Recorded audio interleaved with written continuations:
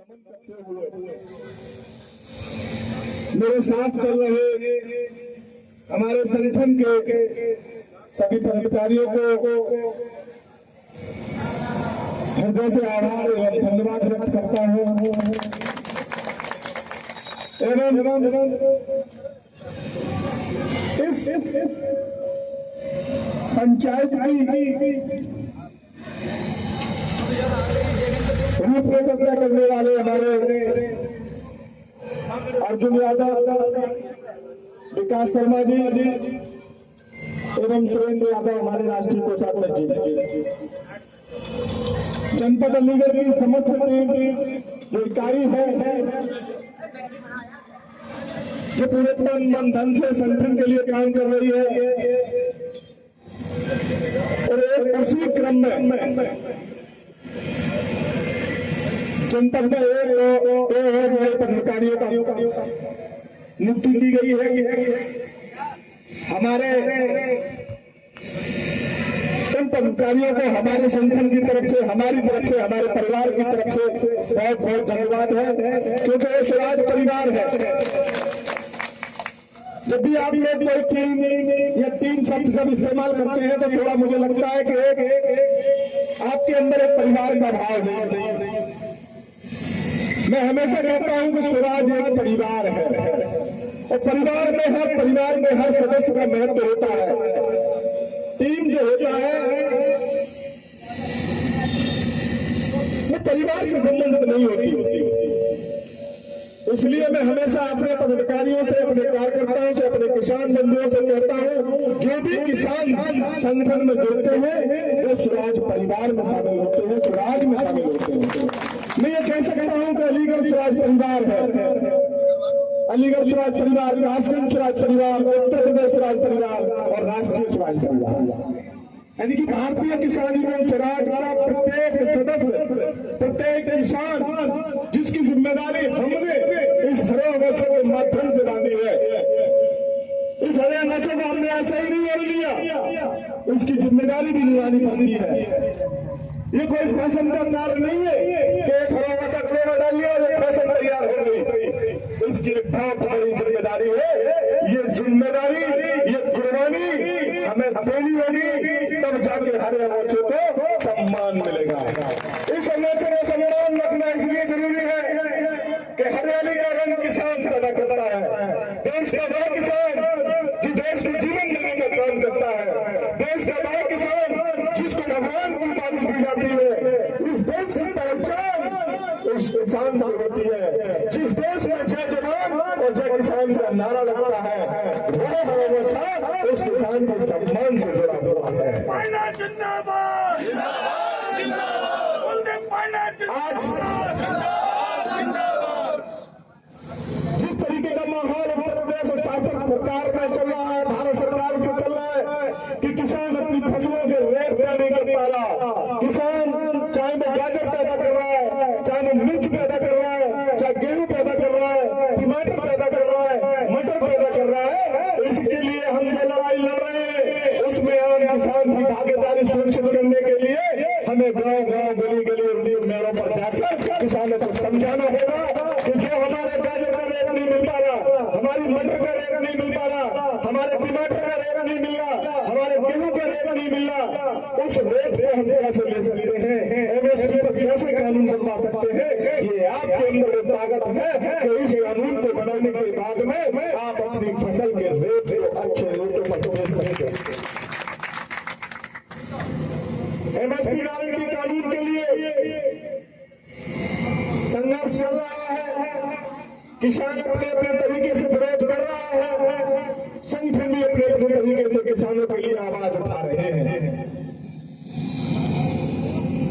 जिस तरीके से हरियाणा के बॉर्डर पर, पंजाब के बॉर्डर पर किसान बैठे हैं, सरकारों की तानाशाही निरंतर बढ़ती जा रही है। सरकार किसानों की बात सुनने को तैयार नहीं। शांतिपूर्ण तरीके से अपनी बात रखना चाहता है, ईमानदारी से अपनी बात को रखना चाहता है, अपने हक को चाहता है, लेकिन सरकार उसकी अनदेखी कर रही है। तो मैं सरकार से कहना चाहता हूँ, जिस तरीके से पंजाब सरकार ने किसानों को वार्ता के नाम पर बुलाकर उन्हें गिरफ्तार करा लिया है, गांव में इसकी मैं घोर निंदा करता हूँ। चाहे पंजाब का किसान है, चाहे हरियाणा का किसान है, चाहे उत्तर प्रदेश, चाहे कन्याकुमारी, कश्मीर, चाहे मध्य प्रदेश, उत्तराखंड, बिहार, जहां का भी किसान है, वो इस देश की पहचान है। अगर उस बात को सुनने का काम नहीं करेंगे, तत्काल प्रभाव से पंजाब की सरकार द्वारा किसान नेताओं को गिरफ्तार किए हुए किसान नेताओं को रिहा नहीं किया गया, तो भारतीय किसान यूनियन स्वराज भी एक बड़े आंदोलन के लिए पूरे संपूर्ण उत्तर प्रदेश ही नहीं पूरे भारत में एक आंदोलन करने के लिए मजबूर हो।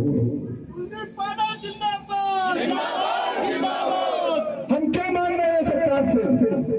सरकार से जागीर नहीं मांग रहे, सरकार से सत्ता नहीं मांग रहे, सरकार से कोई मंत्री पद नहीं मांग रहे, न अपने लिए लाल बत्ती मांग रहे, न हम अपने लिए सुरक्षा मांग रहे। हम सरकार से मांग रहे हैं सिर्फ हमें एमएसपी गारंटी कानून दीजिए, जिससे हमारी फसल का सही रेट हमें मिल सके, जिससे हमारी लागत जो आती है स्वामीनाथन रिपोर्ट की 50+2 की रिपोर्ट लागू होनी चाहिए। जो खेती पर लागत आती है वो लागत हमें मिलनी चाहिए, हमें हमारा मुनाफा मिलना चाहिए, हमें अपने अधिकार मिलना चाहिए। आज आप देख रहे थे कीटनाशक की दवाएं महंगी हो गई है, डीजल भी महंगा है, पानी भी महंगा है, हर तरीके से किसान के ऊपर बोझ डाला जा रहा है। खाद और यूरिया की किल्लत हमें लगातार झेलनी पड़ रही है। अभी आप देख रहे हैं मक्का की बुआई चल रही है और मक्का के बीज का शॉर्टेज दिखा दे। ये बड़े बड़े उद्योगपति जो हमारी पैदा की हुई मक्का को बीज के रूप में बेचते हैं और उसको ब्लैक में बेचने का काम कर रहे हैं, क्योंकि ये जानते हैं किसान को अब जरूरत है और इस जरूरत पर उसको हर कीमत पर एक समय के अंदर वो खेती होनी है। इसलिए मैं जिले के कृषि अधिकारी से, अलीगढ़ के जिला कृषि अधिकारी से भी और जिला अधिकारी से इस मंच के माध्यम से अपनी बात रखना चाहता हूँ कि मक्के और बीजों पर जो ब्लैक और कालाबाजारी चल रही है नकली बीजों की, उसके लिए भी सुधार करने का काम करें। किसानों को समय से खाद उपलब्ध कराएं, यूरिया उपलब्ध कराएं और समय से किसानों को जिससे फसल लहरा सके और इस देश का बच्चा हर पेट होकर अच्छे तरीके से स्वस्थ रहे। भारतीय किसान यूनियन स्वराज उस समय संगठन का गठन हुआ था, उस संगठन का गठन क्यों हुआ था, कब हुआ था, ये भी बताना चाहूंगा। जब देश का किसान पूर्ण कृषि कानूनों के खिलाफ दिल्ली पर लगातार लड़ रहा था, तमाम किसानों की शहीदी हो चुकी थी, 700 से ज्यादा किसान शहीद हो गए थे और किसान लगातार सरकार से अपनी मांग के लिए लड़ रहा था कि कृषि कानून वापिस होने चाहिए, ये काले कानून वापिस होने चाहिए। तो ये केंद्र की गृहणी वाली सरकार किसी तरीके से किसानों की बात सुनने को तैयार नहीं थी। देश के किसानों पर 10,000 से ज्यादा मुकदमे लगाए गए थे, देश के किसानों को आतंकवादी कहा जा रहा था, देश के किसानों को आतंकवादी कहा जा रहा था एवं खालिस्तानी और पाकिस्तानी तमाम तरह की उपाधियों से देश के किसानों को नवाजा जा रहा था। ये कहा जा रहा था कि ये मुट्ठी भर किसान, ये जो बॉर्डर पर बैठे ये किसान नहीं है, उनको दिल्ली में जाने से बॉर्डरों पर रोक दिया गया था। जैसे पाकिस्तान और हिंदुस्तान के बॉर्डर पर एक बॉर्डर की सीमा होती है, उस पर भी इतने कटीले, इतने बड़े बड़े पत्थर नहीं लगाए गए हैं, इतनी बड़ी बड़ी तार नहीं कसी गई है जितनी दिल्ली जाने से किसानों को रोकने के लिए कसी गई है। किसान दिल्ली क्यों जाना चाहता है, बार बार दिल्ली की ओर क्यों कूच करता है? क्योंकि दिल्ली हमारे देश की राजधानी है और उस दिल्ली पर हमारे देश के हर किसान का अधिकार है।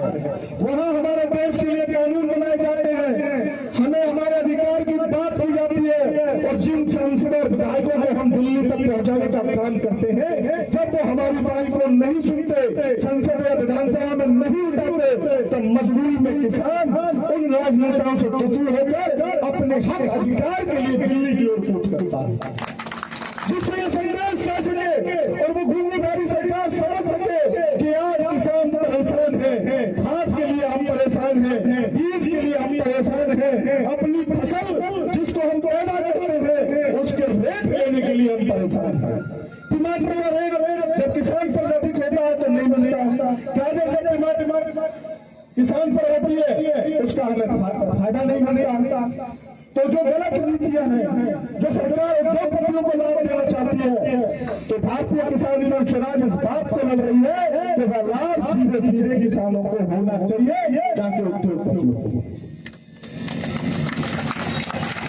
उन परिस्थितियों में भारतीय किसान यूनियन स्वराज का गठन किया गया था और 2020 से लगातार भारतीय किसान यूनियन स्वराज गांव गरीब किसान मजदूर की लड़ाई लड़ रही है। हर छोटी से छोटी समस्याओं के निस्तार के लिए लड़ाई लड़ रही है, चाहे वो तहसील की समस्या हो, चाहे वो थाने की समस्या हो, चाहे वो बिजली की समस्या हो, या मंडी की समस्या हो, या केंद्र राज्य की समस्या हो, उसको उठाने का काम लगातार भारतीय किसान यूनियन स्वराज कर रही है।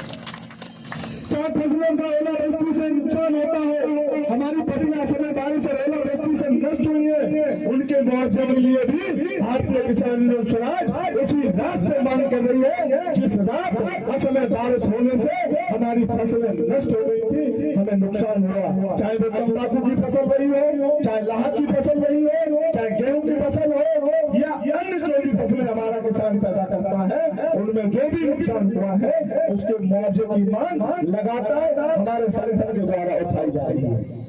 हम सरकार से कहना चाहते हैं, प्रदेश सरकार से, कि अब अतिशीघ्र मुआवजे का आवेदन कराए। जिन किसानों का नुकसान हुआ है उनको शीघ्र से शीघ्र मुआवजा दिलाने का काम किया जाए। भारतीय किसान यूनियन स्वराज हर तहसील और जिला मुख्यालय पर एक ज्ञापन के माध्यम से सरकार से इस मांग को और प्रमुखता से रखने का काम करेगा। स्वराज से जुड़ने से मतलब कि स्वराज से जब आप जुड़ेंगे तो आपको एक ताकत मिलेगी, आपको अपना एक परिवार मिलेगा। जिस तरीके से आपको कोई परेशानी आती है, जब आप पर कोई मुसीबत आती है, तो आपके परिवार के लोग आपके दुख में मुसीबत में खड़ा होने का काम करते हैं। ठीक उसी प्रकार से भारतीय किसान यूनियन स्वराज के परिवार का एक सदस्य आपके साथ खड़ा होगा। आज जिस तरीके से अर्जुन यादव जी और विकास जी द्वारा भारतीय किसान यूनियन स्वराज में जिम्मेदारी दी गई है, एक बहुत बड़ी जिम्मेदारी दी गई है उन लोगों को, यानी कि प्रभारी जनपद अलीगढ़, उनकी जिम्मेदारी है कि किस तरीके से संगठन को मजबूत किया जाए, किस तरीके से गांव गरीब किसानों को स्वराज परिवार से जोड़ा जाए, किस तरीके से उनकी समस्याओं को उठाया जाए। जितना वो सक्रिय होंगे, जितना वो समस्याओं को उठाएंगे, उतना ही इस क्षेत्र में उनकी मजबूती मिलेगी, उनकी पहचान मिलेगी। अगर उन्हें कहीं दिक्कत आती है, उन्हें कोई परेशानी आती है, तो एक संगठन की एक रूपरेखा बनाई गई है कि राष्ट्रीय अध्यक्ष, प्रदेश अध्यक्ष, मंडल अध्यक्ष, प्रदेश जिला अध्यक्ष, तहसील अध्यक्ष, ब्लॉक अध्यक्ष, जिला संयोजक, जिला प्रभारी, मंडल प्रभारी, प्रदेश प्रभारी, तमाम तरीके के ये जो पद हमने बनाए हैं, इन पदों की जिम्मेदारी है, एक प्रोटोकॉल है। इसको अगर आप समझेंगे और उस जिम्मेदारी अनुशासन से इसका सदुपयोग करेंगे, तो मैं आपसे वादा करता हूँ कि आपकी किसी भी समस्या का समाधान कोई रोक नहीं सकता, हर समस्या का समाधान होगा। अगर हमारे ग्राम अध्यक्ष को नहीं सुनेगा कोई अधिकारी, तो ब्लॉक अध्यक्ष, ग्राम अध्यक्ष अपनी टीम के साथ उस अधिकारी से मिलने का काम करेंगे, उसके खिलाफ मोर्चा खोलने का काम करेंगे। जब अधिकारी अपनी शक्ति का, अपनी पद का दुरुपयोग करेगा, अपनी तानाशाही दिखाएगा, तो उसके बाद तहसील के जो अधिकारी है, उस ब्लॉक और ग्राम पंचायत के अधिकारी को एक ताकत देने का काम करेंगे। अपनी टीम के साथ उसके कंधे से कंधा मिलाकर उसकी लड़ाई लड़ने का काम करेंगे। जब अधिकारी तहसील और जिला के अधिकारी उस तहसील अध्यक्ष के और तहसील के आंदोलन को दबाने का काम करेंगे, तब जाके शुरू होती है फिर जिला की कार्रवाई। जिला के अध्यक्ष, जिले प्रभारी, जिला के तमाम पदाधिकारी उन तहसील अध्यक्षों को इकट्ठा करके उस तहसील को घेरने का काम करेंगे, या थाने को घेरने का काम करेंगे, या जनपद के मुख्यालय को घेरने का काम करेंगे। जब तक हमारे किसान को न्याय नहीं मिलेगा, जब तक हमारे किसान का सम्मान वापस नहीं आएगा, तब तक निरंतर लड़ाई इसी तरीके से जारी रहेगी। जब जिला प्रशासन दूसरे जिले को फेस बनाने का काम करने लगेगा, तब शुरू होता है मंडल अध्यक्ष, मंडल प्रभारी, मंडल कमेटी का काम।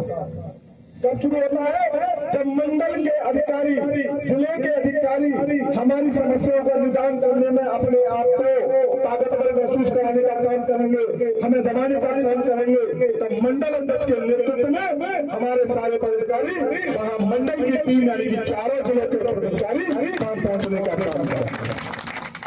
अगर मंडल अध्यक्ष चारों जिलों के पदाधिकारियों से जिला प्रशासन दान नहीं करता, हमारी जायज मांगों को नहीं मानता, शुरू होती है कार्रवाई प्रदेश की, प्रदेश अध्यक्ष की, प्रदेश प्रभारी की, प्रदेश के पदाधिकारियों की। और मैं जानता हूं कि इतनी बड़ी ताकत लगाने की आपको आवश्यकता नहीं पड़ेगी। एक ग्राम अध्यक्ष ही अपनी समस्या का समाधान करने में मजबूत है।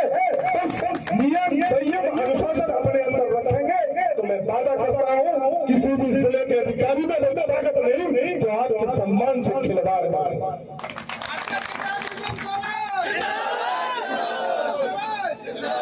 अगर वो आप आज अपमान करेगा तो पहले हम वार्ता करते हैं, क्योंकि हर समस्या का समाधान वार्ता से संभव होता है। और जब वार्ता सफल नहीं होती है तब हमें आंदोलन करना पड़ता है। क्या करना पड़ता है? आंदोलन। तब हमारी जरूरत शुरू होती है आंदोलन की। तो मैं ये कहना चाहता हूँ आप लोगों से, स्वराज परिवार से जुड़िए। और ये 3 शब्द अगर मैंने दोबारा दिखा तो मैं अनुशासनात्मक कार्रवाई करूंगा। मैं टीम सुनना पसंद नहीं करता हूँ, मैं सिर्फ स्वराज परिवार सुनना पसंद करता हूँ। अगर किसी के पास कोई पदाधिकारी फोन करता है तो उसको ये जिम्मेदारी समझनी चाहिए, उसको ये महत्व समझना चाहिए कि इस पदाधिकारी ने मुझे फोन किया है तो मुझे इसकी मदद करनी चाहिए, चाहे मेरा काम हो या न हो, मुझे उसके साथ खड़ा रहना चाहिए। ये नहीं है मैं फोन कर रहा है और आप बातें बना रहे हैं, घर में लेते हो और कह रहे मैं आज अलीगढ़ हूँ, दिल्ली हूँ, तो आप बाहर हो बिजी। अगर बिजी भी हो तो अपने संगठन, अपने परिवार के लिए समय निकालना होगा।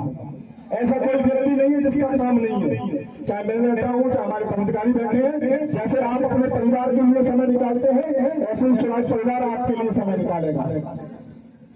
तो बस इतना कहना चाहता हूँ कि मुझे ये खुशी है कि आज किसानों के बीच जनपद अलीगढ़ के मझौला गांव में हमें बोलने का अवसर मिला, हमें अपने संगठन के बारे में बताने का अवसर मिला। उसके लिए मैं दोनों नए पदाधिकारियों को धन्यवाद देना चाहता हूं। और जिस तरीके से हमारी आज नीति और संगठन में दी गई है, एक हमारे धर्मेंद्र फौजी है, वो हमारे उस समय के साथी है जिस समय हम बहुत ही संघर्ष के दौर से गुजर रहे थे, जब हमारा परिवार भी हमारे साथ नहीं पहुंच सकता था। इन परिस्थितियों में धर्मेंद्र फौजी हमारे साथ कंधे से कंधा मिलाकर रहे। कभी भी उन्होंने हमसे ये नहीं कहा कि मुझे ये पद चाहिए, कभी ये नहीं कहा कि मुझे सम्मान चाहिए, कभी ये नहीं कहा कि मैं इसके लिए काम करूंगा। उन्हें जो भी संगठन का निर्देश मिला, चाहे वो हमारे द्वारा दिया गया हो या छोटे से छोटे कार्यकर्ता के द्वारा दिया गया हो, धर्मेंद्र फौजी ने तन से, मन से, तन से हमेशा हमारे परिवार, हमारे संगठन के लिए काम किया है। आज उनको राष्ट्रीय अध्यक्ष बनाया गया है। मुझे उम्मीद है कि वो सैनिक हैं जिन्होंने देश की सेवा की और इस संगठन के लिए सेना से पहले ही रिटायरमेंट ले लिया।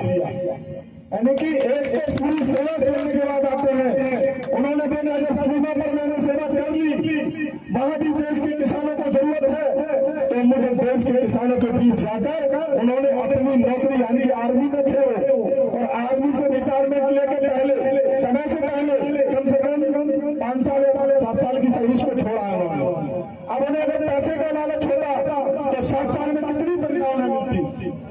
उन्होंने उस पैसे का त्याग कर इस देश के किसानों की लड़ाई लड़ने के काम करने के लिए भारतीय किसान यूनियन स्वराज और हमारे साथ का काम किया।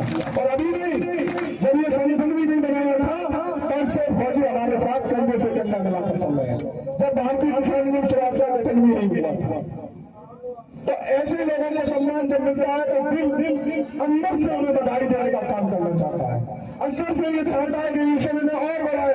ऐसे लोगों के बनने से देश के किसानों का वास्तविक उद्धार होगा।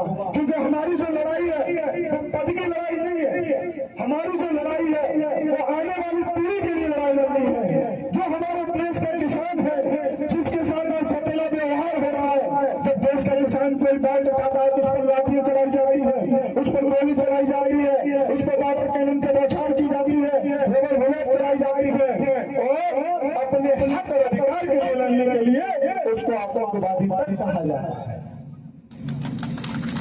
तो आने वाली पीढ़ी को सुरक्षित करने के लिए, अपनी फसल का रेट लेने के लिए जो देश का किसान आज कर्जदार बैठा है सरकार की गलत नीतियों के कारण, उस कर्ज से मुक्ति दिलाने के लिए हम सरकार से बार बार संघर्ष कर रहे हैं, मांग कर रहे हैं कि देश के किसान पर जो कर्ज है उसको माफ किया जाए, देश के किसानों को एमएसपी दी जाए, बिजली बिल माफ किया जाए। तमाम ऐसी समस्याओं को लेकर देश का किसान निरंतर अपनी मांगे लड़ रहा है। जो हमारी फसल का रेट नहीं मिल पाता, हम अपने बच्चों को अच्छे स्कूल में नहीं पढ़ा पाते, हम अपनी बेटी को अच्छे घर में शादी नहीं कर पाते, हम अपने बच्चों को अच्छा पहना नहीं पाते, अपने वृद्ध पिता को सही से इलाज नहीं करा पाते, बढ़िया हॉस्पिटल में नहीं ले जा पाते, अपनी बेटी को एक शादी दहेज में देने के लिए हमारे पास पैसे भी नहीं होते। तो मैं चाहता हूं कि जो दंश हम झेल रहे हैं वो आने वाली पीढ़ी न झेले। इस खेती को जो आज खेती घाटे का सौदा बनाती जा रही है सरकारें, इस खेती को मुनाफे का सौदा बनना चाहिए। इसके लिए हम लड़ रहे हैं, इसके लिए हमारी लड़ाई जारी है। तो संगठन में जब काम करते हो तो ये सोचकर काम करना चाहिए कि मुझे लेना है, संगठन से लेना कुछ नहीं, समर्पित भाव रखना चाहिए। इसी तरीके से आज कुलदीप बघेल जो जिला जब संगठन का गठन हुआ था, उससे पहले भी किसान संगठन में हमारे साथ काम कर रहे थे, लगातार काम किया। जिला प्रशासन से लड़ाई हुई, एसपी से लड़ाई हुई, कोतवाली में लाठी चली, मुकदमे दर्ज हुए, एसपी के खिलाफ खुलकर लिखने वाले और ऐसे नौजवान को मैं धन्यवाद देना चाहता हूँ कि जिसने अपने ऊपर मुकदमा भी झेला, लेकिन आज तक कभी संगठन के ऊपर ये दाग नहीं लगाया कि संगठन की वजह से आज मुझे ये मुकदमा मिला है। कभी कभी ये बात नहीं कही उस आदमी ने कि संगठन की वजह से मुझे ये पीड़ा मिली। उसने हमेशा संगठन के लिए लड़ाई लड़ी, संगठन की बात को रखा, संगठन के मान को रखा, तमाम तरीके के दबाव बनाए गए। उसके बाद भी जब हम जेल चले गए थे, उसके बाद भी वह आदमी दिन और रात संगठन के लिए लिखता रहा, अपने पोस्ट के माध्यम से समय समय पर संगठन को समय देता रहा। ऐसे आदमी को जिस तरीके से पदोन्नत किया जाता है खुशी मिलती है। उनको भी आज प्रदेश अध्यक्ष ओबीसी मोर्चा बनाया गया है। ऐसे लोगों को जब सम्मान मिलता है, आप अभी आइए मोर्चा फलाने पर दे दो, इस पद का कोई महत्व नहीं होता। महत्व तो होता है कि आप जमीन से जुड़ के जाइए और धीमे धीमे बढ़िए। जब लोग बढ़े, जब संगठन बोले, संगठन की आवाज निकल कर आए, बच्चा बच्चा कहे संगठन का, किस आदमी को आगे बढ़ना चाहिए, उस पदाधिकारी की कीमत बढ़ती है। हमारे बैठे हैं, शंकर भैया बैठे हैं, इन लोगों ने भी बहुत त्याग किया। उन परिस्थितियों में जब से जुड़े हैं तब से इन्होंने कभी भी किसी भी तरीके का लालच पद के लिए कभी नहीं कहा कि मुझे पद चाहिए। अगर हमने कहा भी, उन्होंने कहा मैं संगठन का कार्यकर्ता बनकर, स्वराज का सिपाही बनकर किसानों के लिए लड़ने का काम करूंगा, आपके कंधे से कंधा मिलाने का काम करूंगा। तो ऐसी बात नहीं है, स्वराज में पहले भी मौजूद है जो स्वराज के लिए खून बहाते हैं और खून बहाया है और इस झंडे को मजबूत किया है। स्वराज का जो नारा है वह अमर नारा है। स्वराज हमेशा अमर रहेगा, स्वराज हमेशा ताकतवर रहेगा और स्वराज की स्थापना होगी। स्वराज का संकल्प जो लेकर हम निकले हैं, वह संकल्प हमारा जब पूरा होगा, वह सपना हमारा जब पूरा होगा, जब स्वराज हमारा जिंदाबाद रहेगा और देश का प्रत्येक किसान खुशहाल होगा और अपने जीने का अधिकार रखेगा। देश के किसान को जब कर्ज उतर जाएगा, उस दिन इस देश का साकार सपना होगा स्वराज का, जो हम लड़ाई लड़ रहे हैं तब साकार होगी। ये कहा जाता है मन के जीते जीत है और मन के हारे हार, बिन लड़े जो हार गए उनके जीवन को जीता है। हमारे मन के ही जीते जीत होती है और मन से ही हार होती है। हमें कभी हार नहीं माननी चाहिए। सामने कितना ही ताकतवर आदमी होना चाहिए, अगर हम सच्चाई के लिए लड़ेंगे तो चट्टानों को भी पिघलाने का काम करेंगे, उससे भी रास्ता निकालने का काम करेंगे। इसलिए अपने हौसलों को कभी कम मत होने देना। कभी यह मत सोचना कि मैं अकेला होता हूँ। अगर मुझे आज किसी भी जगह, किसी भी थाने में, किसी भी चौकी में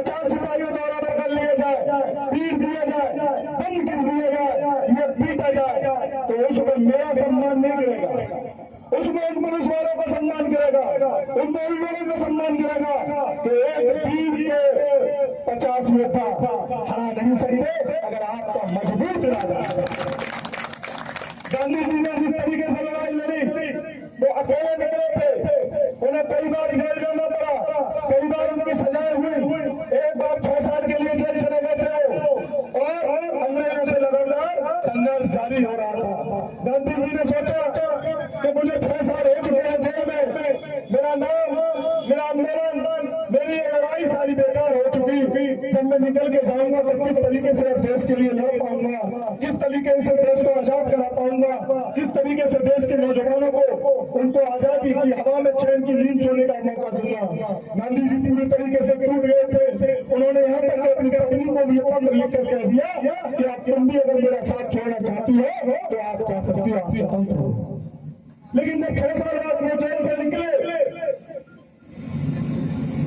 तो एक नदी के किनारे पहुंचे, वहां देखा कि नमक कानून बना दिया गया था। अंग्रेजी सरकार जो हमारे देश का किसान नमक पैदा करता है उस पर एक टैक्स लगाने जा रही थी, उसको कानून के दायरे में लाना चाह रही थी। तो गांधी जी जब पहुंचे थे तो वहां हजारों की भीड़, 1000 किसान परेशान था। उन्होंने देखा अरे गांधी जी यहाँ बैठे हैं तालाब के किनारे।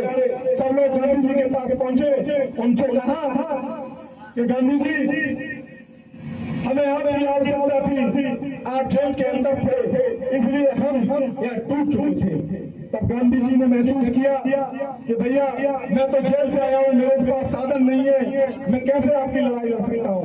उन्होंने कहा आपकी वो विचारधारा, जो मजबूत विचारधारा है, जो संघर्ष आपने हम लोगों के दिल में भरा है, जो लड़ाई लड़ने की प्रेरणा आपने दी है, वो आज भी हमारे लोग मौजूद है। बस हमें जरूरत है नेतृत्व की, हमें जरूरत है उस नेतृत्व की जो सही दिशा में हमारी बात रख सकता हो, सही तरीके से अधिकारियों तक हमारी बात को लाने का काम कर सकता हो। हम सब लोग आपके साथ हैं। गांधी जी ने नील कानून का विरोध किया और अंग्रेजों को नील कानून वापस लेना पड़ा। 55 जो जिले बिहार में, जो चंपारण जिला है, उस जिले में जब नील कानून का विरोध शुरू हुआ था छोटे से नदियासी जिले से, तो 5000 के करीब किसान गांधी जी के साथ धरने पर बैठे थे। किसानों की लड़ाई थी, नील खेती का विरोध कर रहे थे कानून का। धीमे धीमे प्रशासन की शक्ति से, प्रशासन के दबाव से वहां से किसानों को खदेड़ दिया गया, किसानों को गुमराह करके, बदला करके गुमराह, अरे तुम क्यों बैठे हो, क्यों अपना समय बर्बाद कर रहे हो, इससे क्या कानून वापस हो जाएगा। इस तरीके से उनको हताश करके वहां से हटा दिया गया। पर गांधी जी अकेले बैठे रहे। तब अंग्रेजी हुकूमत ने गांधी जी से कहा कि मैं आपसे कहना चाहता हूँ, जिन किसानों की आप लड़ाई लड़ रहे थे, जो हजारों की संख्या में बैठे थे, तो धीरे धीरे सभी यहाँ से जा चुके हैं। तो अब उन किसानों के लिए आप क्यों लड़ रहे हो, जो किसान आपका साथ देना नहीं चाहता, उन किसानों के लिए आप क्यों लड़ रहे हो। तब गांधी जी ने कहा था कि लड़ाई 10 तरीके से लड़ी जाती है, लड़ाई लड़ने का अपना अपना तरीका होता है।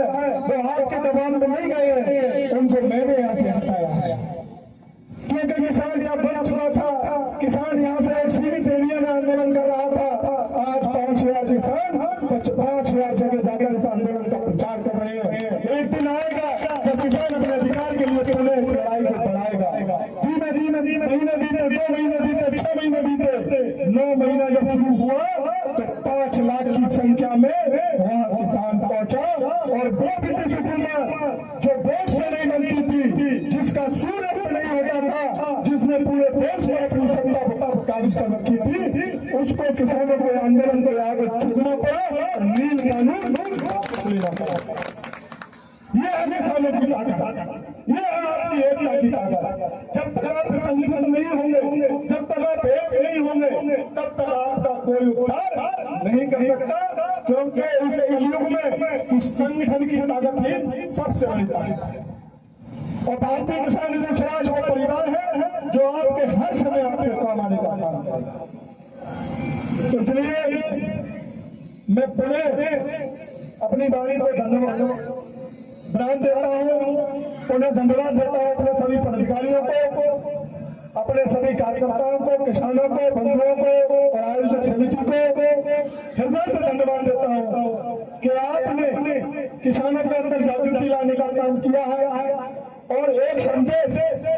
मझौला गांव से जनपद अलीगढ़ ही नहीं उत्तर प्रदेश और केंद्र सरकार तक भेजने का काम किया है। आज ये संदेश उत्तर प्रदेश सरकार और केंद्र सरकार तक पहुंचेगा।